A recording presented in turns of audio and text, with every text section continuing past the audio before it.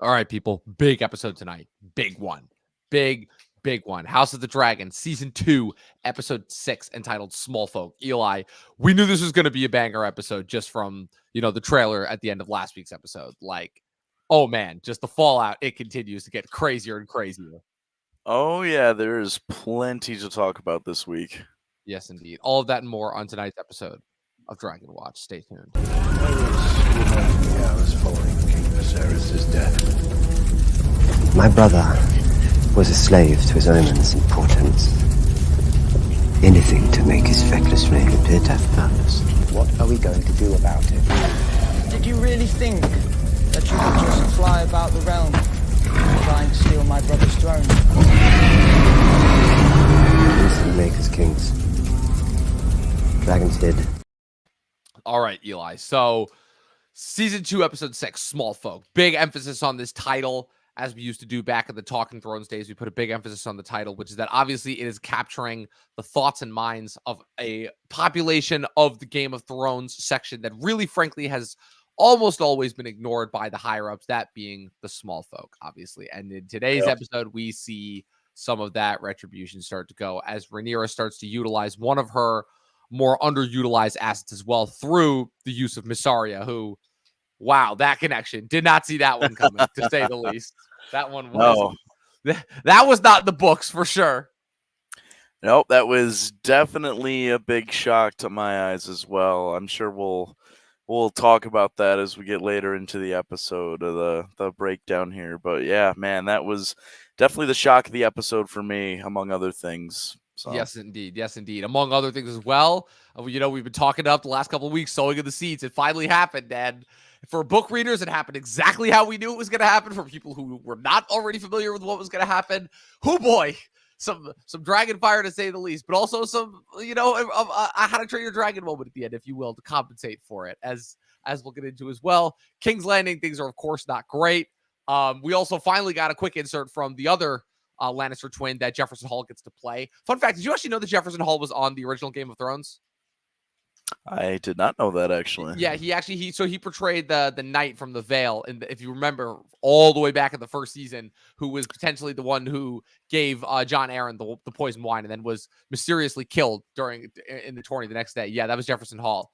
No kidding. Yes, obviously they brought it back around all the way. And what's it called? But as you know, Tylan Lannister is not the only Lannister he plays. He plays twins, and so we got Tylan's twin Jason as he arrives at the Red Fork, mustering up the Lannister forces. So it's kind of continuing to show that despite the blacks have been greatly weakened here. They really have. The Greens are mustering up all their forces. There's also talks throughout this entire episode of the force that they're mustering up at Highgarden as well, and as well Alicent's fourth son Daeron, who is yet to make his appearance, but is kind of being talked up as being like the next big guy. So, what are your thoughts on kind of like just the looming battle? Obviously, we're seeing more and more the realm descending into chaos. Well, your mic just... No, you're good. You're good. Sorry. Oh, can you hear me? Sorry. Yeah. Sometimes I have some issues with these headphones.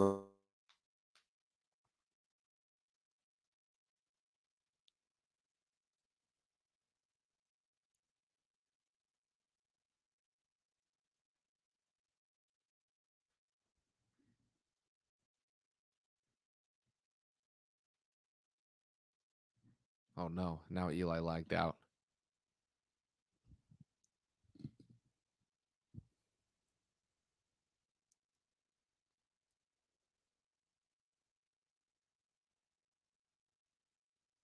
Yep. So while Eli's doing that, I'm basically just going to give like a quick recap as far as what's going on here. So obviously in King's Landing with the small folk, Aemond is pretty much, he's ruling with an iron fist right about now is what he's doing.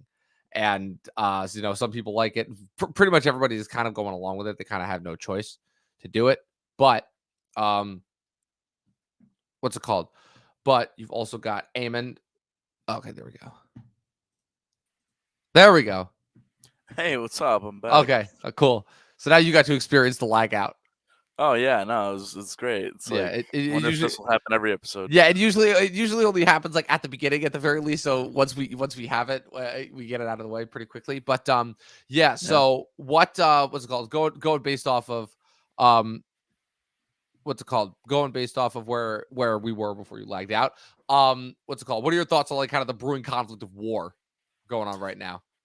Oh boy, I mean, it's both sides have their work cut out for them, to say the least. Obviously, yes, the Greens hold the throne, but not necessarily the hearts of the kingdom, I think is the best way I could sum it up, right? We're kind of seeing how, the city is kind of descending into, chaos, right? People are starving, right? And I think that scene where they're just kind of carting the lambs along, getting ready to feed the dragons, kind of sums everything up perfectly, right? Where they're caring more about the war effort and keeping their own power than providing for the very people who kind of are the whole reason they have that power to begin with, if that makes sense. Agreed. And yeah, I think that, seeing it from the eyes of Hugh Hammer, right? I think, Yes. again, I think even though we've only seen a little bit of him in each episode so far this season, but he's really starting to come into his own. And Yeah, right, they're we're really putting the seeing, emphasis on him. We're putting the emphasis on Ulf as well in this episode. Really, like, I love Yep. the eyes of the small folk that we're getting through King's Landing. And like when the riot breaks out later on, obviously, once the ships arrive.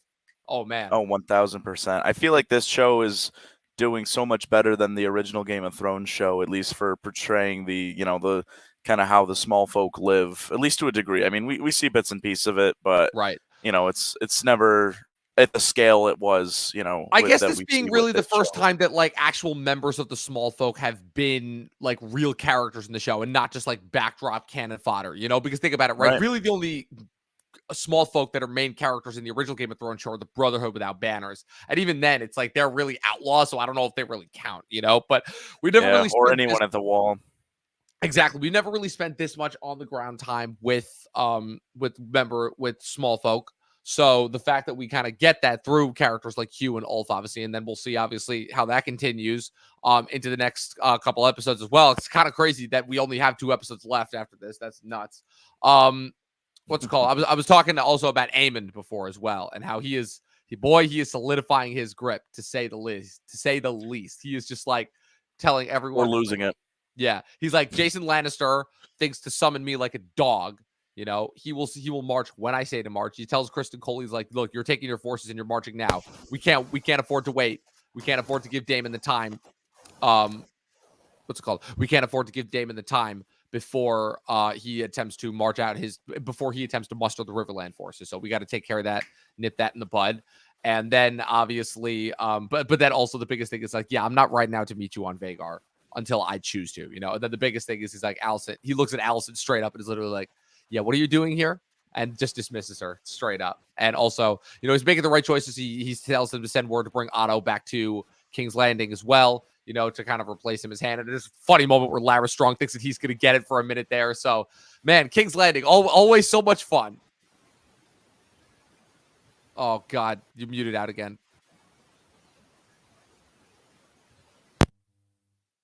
Nope. Interesting. Oh, there we go. Nope.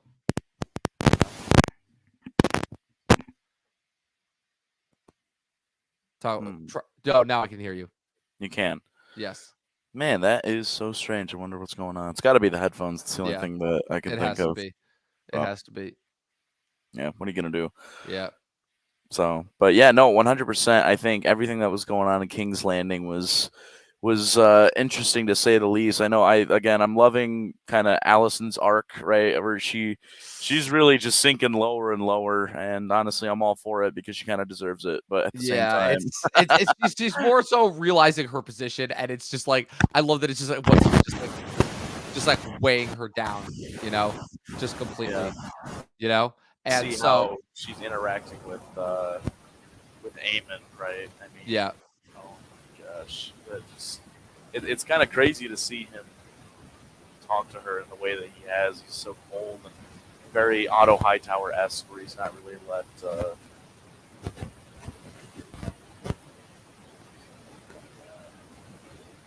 He's not really.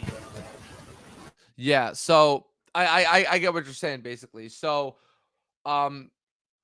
yeah. So Aemon is. I mean, I love what he's doing, obviously, as a ruler, but at the very least, it's like he's as Alicent seeks to remind him, it's like you're still letting everything from your childhood determine what's going on right now, you know? So, like, at the very least, could you, like, stop, you know? So, I guess but I was very touched by her conversation, with Gwen, honestly. I really was. I thought that was really touching. It's like, shows the signs like, oh, they are human beings and they did, like, grow up together as brother and sister, ultimately. And obviously, the way that Gwen talks about Daron in a very caring manner, it's very clear that the two of them are close, that they spent a lot of time together. And I'm interested to see how they like hype up Daron's entrance into the next season, whether he pops up at the end of this season or whether they save him for next season.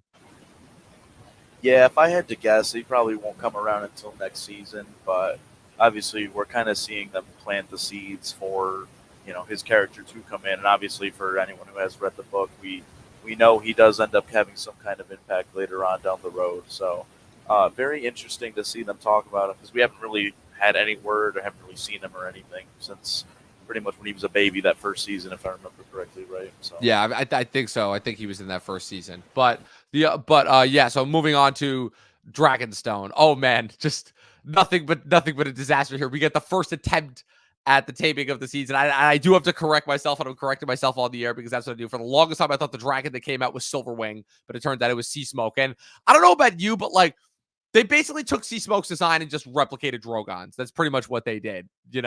Like that's the sense that I'm getting from it. And obviously we see that they choose Sir Stefan Darklin, obviously, who is the member of the King's Guard, to attempt to be the first one to do it. And well, we see how that turns out, huh? yeah, I mean, we kind of let's be real here. We kind of all saw it coming. That, Yeah. No, of course, the first attempt was never going to be the easiest, and obviously, for showing us right, for the sake of stakes, it's you gotta just have someone bite the bullet, and But I think for anyone maybe who hasn't read the book, they maybe are starting to piece together, how all these side characters we're getting to know are going to eventually tie into the story here. Most definitely, especially given that we are also getting some potential character replacements because obviously they've been building up Hugh, they've been building up Ulf. We see at the end of this episode, I love how it's literally like a reverse Pokemon hunt where Sea Smoke literally just like kind of like casually flies around and like bats at Adam, and Adam thinks that obviously that he's gonna kill him, and so he runs in the woods, and Sea Smoke just lands in front of him and just like is like, gosh. I choose you, Pikachu. That's like my new human. I thought that killed me. That was the funniest part of the episode to me, especially knowing what happens. And obviously, if you look at the trailer, in the next episode, you see obviously, he's going to be the first to join Rhaenyra, and also we're finally getting Vermithor next episode, which I cannot wait. But especially because like the process of like seeing Hugh and Ulf and how they've been built up, and seeing how that's going to affect like how they end up taming Vermithor and Silverwing, it's just music to my ears. Anyways, what did you think of the Sea Smoke Adam moment? I thought it was pretty well done. I did think it was a little corny because I mean, we'd only met him a handful of times this season, and then obviously I understand the fear of all the other characters around him, but like, did we really think the dragon was going to kill him? Come on, I mean, he's got I know Valyrian blood. Like, I mean, well, he doesn't know. He doesn't necessarily know at this point. Yeah, true, but I don't know. From my perspective, I guess it wasn't really a moment of high stakes, if that makes sense. Yeah, definitely. But it was still a fun moment, and obviously it was a necessary moment. I did feel bad for Sir Stefan Darklin, but like after a certain point, like I knew exactly what was going to happen, so I'm just like fast forward, and like just went to the scene where like the dragon inevitably burned him, and I'm like, damn. Even I love how the one dragon tamer even knew to like slit his own throat rather than just like be burned to death. Yeah, the Valyrians are very cultured individuals. Yes, they are. I'm sure it's a very old practice. And yes, they are. I love how they don't outright tell us either. It does, I think, great for the world building. Yeah, definitely. So obviously, I want to cut ahead to Daemon at Harrenhal before we cut to I think the last couple of big three moments. So Daemon and Harrenhal, he finally basically is like, okay, he's basically told by Alice Rivers instead of fleeing, is like, listen, why don't you like for once stay in contact with demons? So that's what he does, So. What did you think of? So that's another surprise cameo. I love that, like the big moments from this episode that everybody's talking about. They're gonna miss the one big surprise cameo, which is obviously the return of Paddy Considine as Harry. In Visions. Like you knew that after a certain point, like okay, they brought back Millie. You know that they're going to bring back Patty as Viserys at some point. So what did you think of those scenes, and Daemon like finally choosing to like embrace his problems instead of running away from them? Well, it was great to see him. I mean, in my opinion, he stand out of the first season. But I think it was nice, obviously, kind of revisiting that scene with him on the Iron Throne where he's accusing Daemon, right, of the, did you say it, right, the Right. heir for a day spiel. But then we get another scene that we had never seen before with him, like, kind of kneeling over his dead wife's body, right, and, Daemon Right. being there to comfort him. And Right. that's a scene we had never seen before. Right. So In it the makes you time when it wonder, didn't happen. Yeah, exactly. If Right. that even happened. Right, like we don't know if was Damon there. Like, was it just him crying alone? Right, and We don't know. It's really interesting to kind of see that play out, and with the character development that Damon's had, would he have comforted him in that?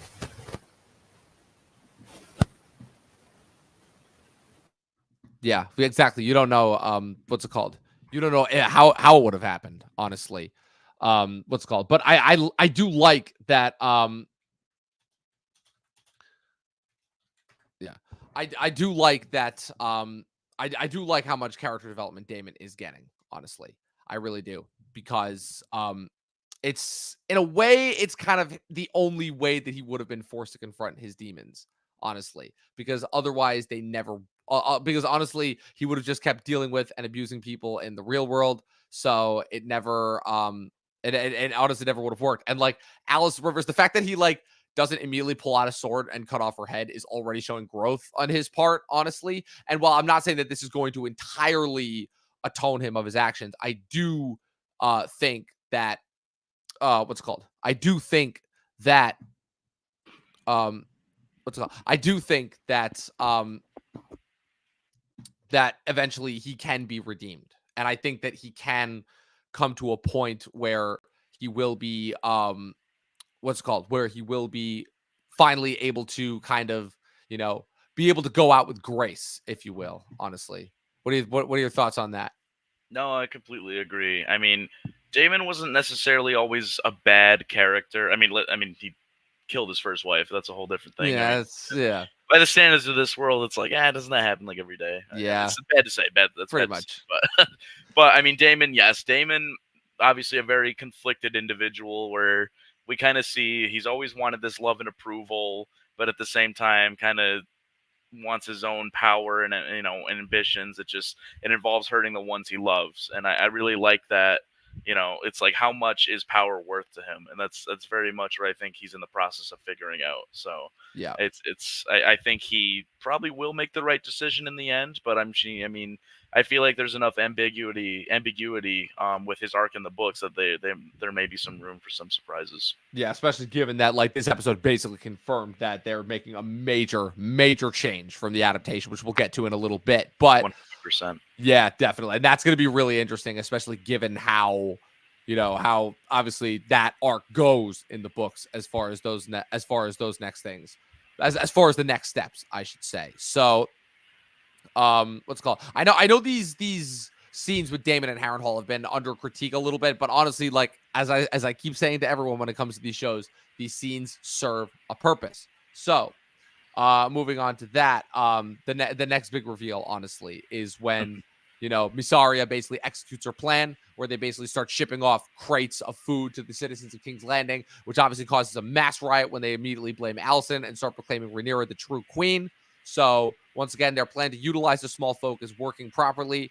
And as is often Aemond criticized, Aemond of course gives the small folk no thought, which is that like, look, you need some peace, you need some stability at home if you want to maintain a good front. And unfortunately, that is just not the case right now, honestly. Yeah, 100%. I think there is a scene I want to touch on real quick, which was the scene with a couple scenes with involving Aegon this episode, and kind of how he's beginning to heal over, right? We get the scene with him and Aemon, and the scene with him and Larys Strong, which is kind of what I want to talk about more than anything.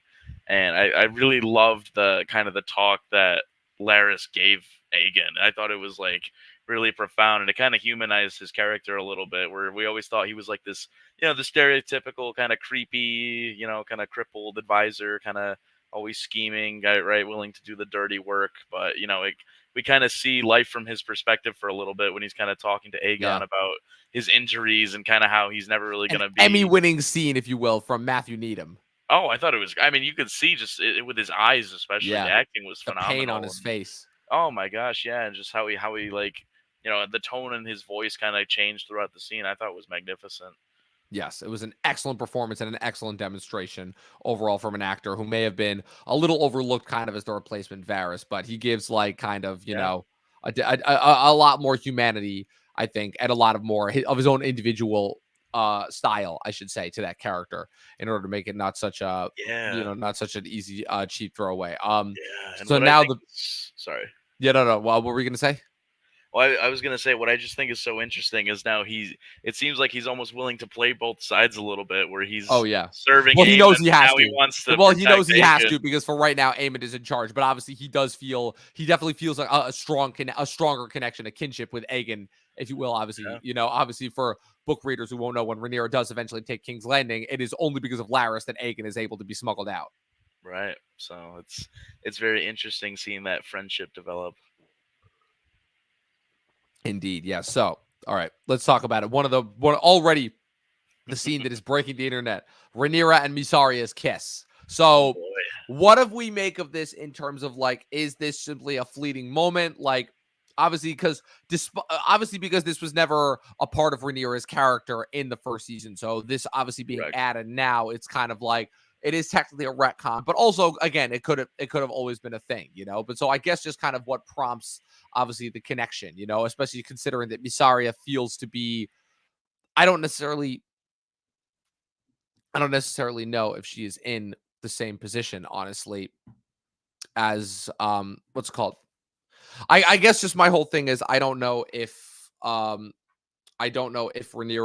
is in a position, honestly, to be able to. Man, we are just having so much fun tonight, aren't we?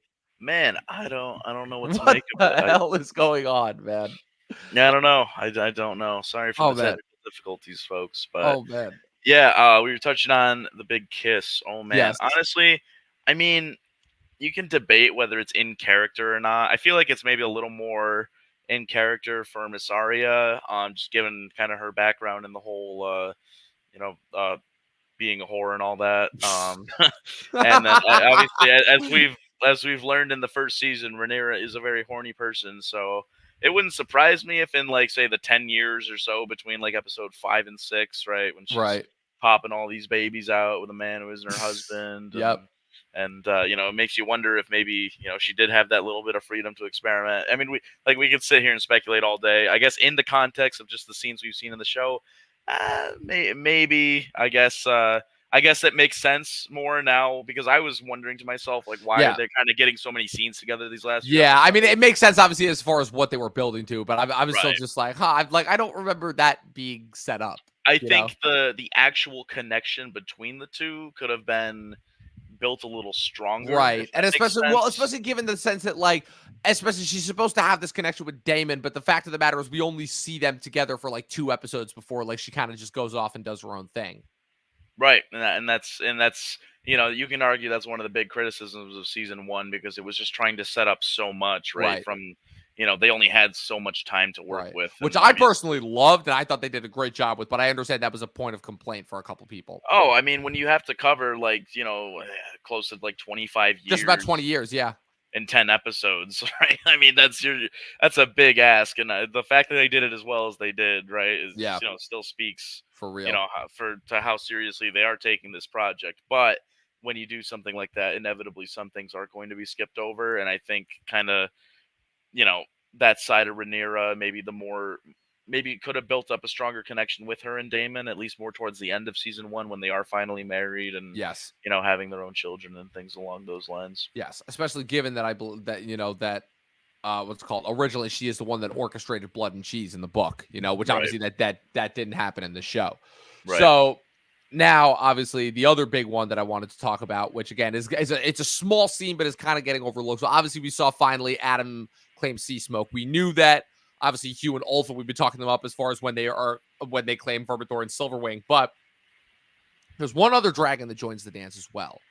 that's the wild dragon Sheep Stealer, which we Yep. finally saw a hint of in this episode. But in the book, Sheep Stealer is claimed by an unknown random character named Nettles that comes in out of nowhere and tames it. And I believe that for the show, this was rumor during filming that they were originally going to include Nettles, but at the last minute they made a shift where they're like, okay, we're going to pull a Gendry swapping him in for Edric Storm, and they're going to have Rhaena tame Sheep Stealer and join the dance, riding Sheep Stealer Really? in all the battles. I've heard that, and this episode solidifies it for me. I think so too. I think so too. I think this would be a good scene to talk about because, well, I'll let you lead. You clearly had something you wanted to say. Well, mostly just about the fact that, like, okay, I like that it's giving Rhaena as a character a little bit more something to do, because in the books, Rhaena kind of does ultimately serve as this caretaker for the boys, really, and the fact of the boys are sent to Pentos, so she kind of like is out of action for a majority. And kind of the only purpose that she really serves for the rest of the dance is just hatching one of the last living dragons, and then obviously, so I like that they're actually giving her a little bit more to do, and they're kind of swapping her in for Nettles, especially given that, like, my only concern with that is, will unfortunately, obviously with the Daemon Nettles connections that emerges. But if anything, is Daemon going to fuck his daughter? Well, but if anything, I found like an even better solution away from that, which is that, like, simply when Rhaenyra decides that none of the dragon seeds can be trusted, and she kind of has a little moment of madness, Daemon is like, well, I'm not gonna kill my own daughter, Right. And that's when he like sends Rhaena away, and that would make even more sense as far as leading up to that sect of the story. So I think them setting that up here, I thought that was pretty interesting, honestly. And I've really I think that might have been my favorite moment of the episode, aside from the cheesy, corny, sea smoke claiming Adam scene. No, for sure. I honestly, now that, because I didn't know that was a rumor swirling around, I guess I can absolutely see that making sense, especially considering how little that her character kind of does in the book, right? Plays a role. Right. I think they're, I mean, you have kind of all these side characters floating around with not a whole lot to do for a good majority of them. It makes sense rather than just like introducing a brand new character out of nowhere. I feel like making use of what they have for the sake of the TV show is maybe the best way to go. So I can absolutely understand why a change like that would be made. And frankly, if there are any changes that can be made from the book that still impact the story in a meaningful way, I'm all for it. Right? Exactly. I've got a pretty open mind that comes to this. I mean, when after you read the book, you still kind of have to have an open mind, right? Right. Especially given that the book leaves so much open to interpretation as well. Exactly. Like, so much of it is ambiguous, and again, we don't actually get the perspectives of the characters involved. It's just an old guy telling us what happened, right? Pretty much, yeah. The only other scene, obviously, really that's of major importance in this is Corlys and Alan. Obviously, Corlys attempted to promote Alan and him refusing, obviously, before he's being scoffed at by Adam. So, obviously, as we now know, with Adam's, elevated status as a dragon rider and dragon tamer, that's going to greatly affect, obviously, Corlys's position when it comes to elevating his two sons to official Valyrians, obviously. For sure. Because right now they're just unknown bastards. So I'm wondering if that's going to change. Obviously, especially as we know, Alan will eventually succeed Corlys as, the new lord of Driftmark. So yeah, just your thoughts on that scene before we wrap up and get out of here. Oh, I'm very excited because I think, obviously, we know how much these two characters are going to play a role in the coming story. I'm very excited to see what's going to happen when, obviously, we're seeing what's happening with the blockade and everything. Yes. And we finally got... And also the big thing, too, they mentioned the gay abandoned and the triarchy, both of whom... I was just going to get to the triarchy. We're finally we're setting that up, too. And what did you also excited. So that has to, I'm actually glad that you brought that up. What did you think of the decision, obviously, for them to make that Aemon's idea and not Otto's? I mean, I feel like it's not really a huge change from the book. I kind of liked it, honestly. No, it makes Daemon seem more intelligent, right? And I think like Aemon. I mean, or wait, sorry. Aemon. All these names. Oh man, how many times can we screw up the names? Check mark. We got our quota in for this episode. 0 weeks without messing up Targaryen names. Yep. Yeah. Oh no, I do my best. I'm just trying to remember all these names, and it's late. I haven't slept much over the weekend, as you know. Oh yes, so, as we know. As we know. Yeah, but yes. In terms of, I'm excited to see Otto kind of come back into play. I know it seems like he's right with that scene with Alicent. She's been trying to send him letters and everything, and he hasn't been responding. He's just not responding. Very Tywin Lannister-esque of him. Yes, very petty. Kind of to be that way. But obviously, we do know he does end up coming back into the fold, and it's kind of he still impacts the story whether he's there or not. And I kind of like that because he really is kind of the guy that holds everything together at Yeah, he times. really is. So, Honestly, it's kind of sad how he keeps getting dismissed by different kings. Honestly, but we shall see. We shall see where things go. Obviously, we know where things are going, but again, things are only heating up. This is a very, very good episode, very important episode as far as setup goes. Eli, what do you give this episode out of 5? I'm gonna give it a 4. I really had no complaints. I have no major criticisms. I thought the episode was very well paced. We got to see just a little bit more from each of these characters that we simultaneously love and despise. So Yes. like I said, I think we're getting set up for a very interesting finale to the season in terms of the dragons, in terms of the war, in terms of new character relationships that we previously didn't know about that weren't in the books. So it's like I said, it's going to be very interesting to see how this all plays out. And yeah, not a bad episode this season so far, in my opinion. Absolutely. I agree. This season has been really consistent. Only 2 weeks left. Only 2 episodes left. That's absolutely insane to me. But these next 2 episodes are going to be bonkers. It's bananas. I give this episode 4.5 out of 5. I had a really good time with this episode. Solid. This is probably my second favorite after the 4th episode, obviously, which was just iconic. So, Eli, with that being said, thank you once again for coming on. All technical difficulties aside, where can the good people follow you on the interwebs? Yeah, you know me, folks. If you want to find me, you can follow me at _Holicky45 on Instagram, and that's all I got. So, and you guys know what to do with me at Movie Nerd Reviews across all platforms, at Official Talkin TV Podcast across all platforms. Tune in tomorrow morning for mine and Luke's review of Twisters, which I was able to see yesterday. Personally, I thought it was just all right, but we're going to get to that next. Obviously, if you're listening on the podcast, and for those of us who are watching on YouTube, for myself and Eli, 12 seasons of a short film, and watch more fucking movies. We'll be back next week with House of the Dragon, the penultimate episode. The hours following King Viserys' death. My brother was a slave to his omens and portents. Anything to make his feckless reign appear to have purpose.